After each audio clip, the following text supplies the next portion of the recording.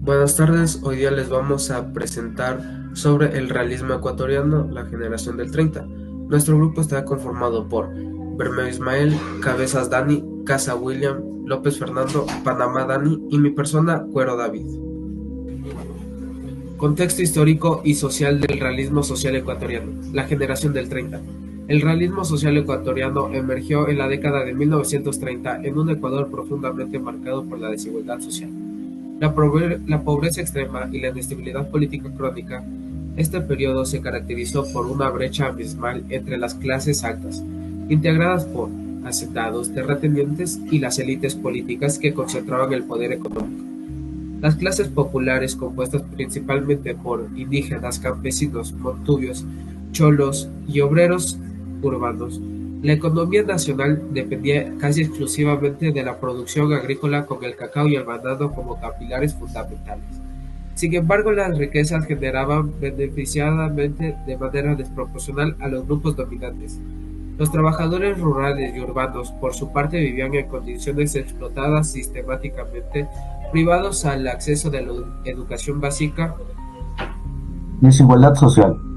En los años 30 Ecuador estaba muy dividido. Las élites tenían el dinero y el poder, mientras la mayoría del pueblo vivía con muy poco.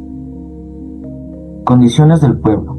Los campesinos, indígenas y obreros sufrían mucho, trabajaban largas horas, no tenían educación ni derechos laborales.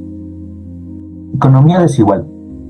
La economía dependía del cacao y el banano, pero toda esa riqueza se quedaba en manos de los ricos, no del pueblo que hacía el trabajo duro.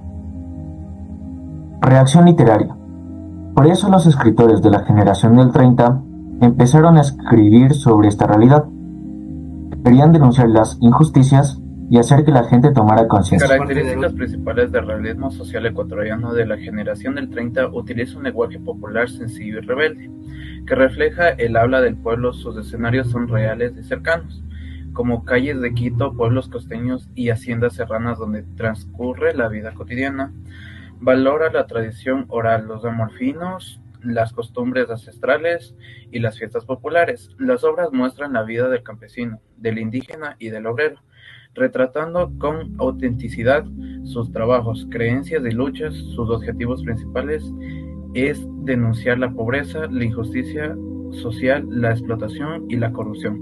Esta literatura busca fortalecer la identidad nacional y refleja la realidad del Ecuador, uniendo la cultura del pueblo con la protesta y la búsqueda de la justicia.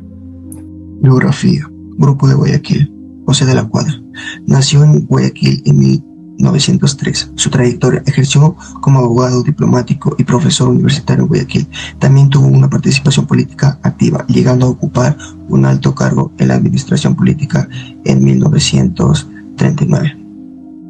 Falleció el 27 de febrero en 1941, a los 37 años, en plena auge de su carrera literaria, debido a una hemorragia cerebral.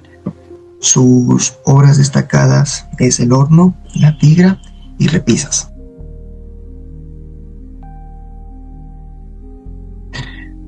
Joaquín Gallegos Lara nació el 9 de abril de 1909 en Guayaquil, Ecuador.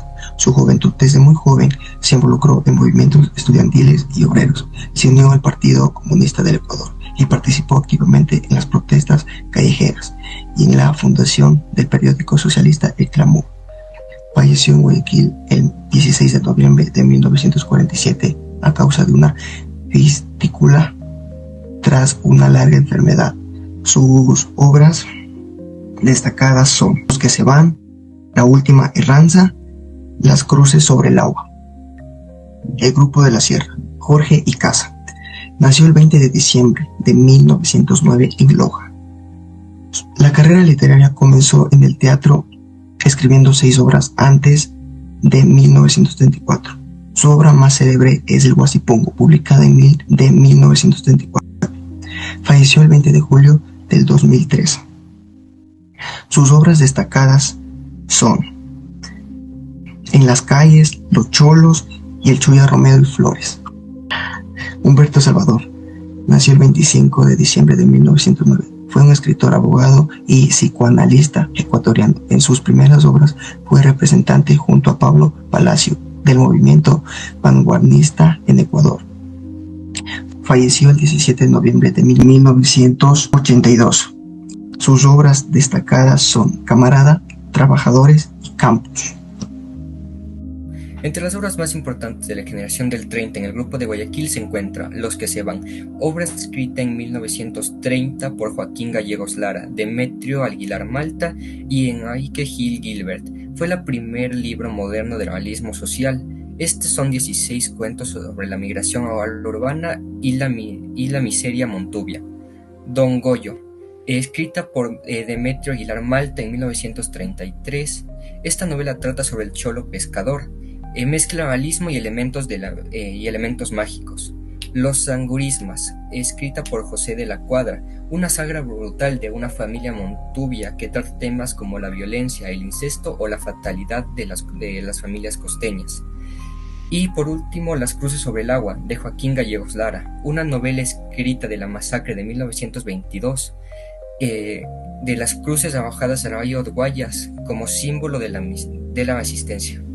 Principales aportes de la generación del 30. La renovación temática. Introdujeron a la literatura temas como la problemática indígena, la vida del montubio y el obrero, y la brecha entre el campo y la ciudad. La denuncia social. Abordaron la explotación de los trabajadores, el abuso del poder, la desigualdad, utilizando la literatura como una herramienta para crear conciencia y promover un cambio. La búsqueda de identidad nacional. Se enfocaron en definir el sentido de la cultura ecuatoriana a través de la representación fiel de la realidad del país y sus personajes. Estilo literario comprometido. Rompieron con las corrientes anteriores, adoptaron un realismo crítico y comprometido con la representación de la vida cotidiana y los problemas sociales de la época. Un legado duradero. Su influencia se extendió a generaciones posteriores, consolidando el realismo social como una corriente influyente en la literatura ecuatoriana y latinoamericana. Como conclusión, tenemos resumidamente que la generación del 30 transformó la literatura ecuatoriana en una herramienta de conciencia social. Mostraron la realidad del indígena, del montubio y del obrero. Entre ellos destacó Adalberto Ortiz, quien representó la identidad afroecuatoriana gracias a su compromiso y búsqueda de identidad nacional. Lograron que el arte refleje la justicia social y la verdadera esencia del Ecuador. Su legado sigue siendo clave para entender la cultura y la literatura del país. Esperemos que les haya gustado este video y esperamos que hayan aprendido algo nuevo. Muchas gracias por acompañarnos.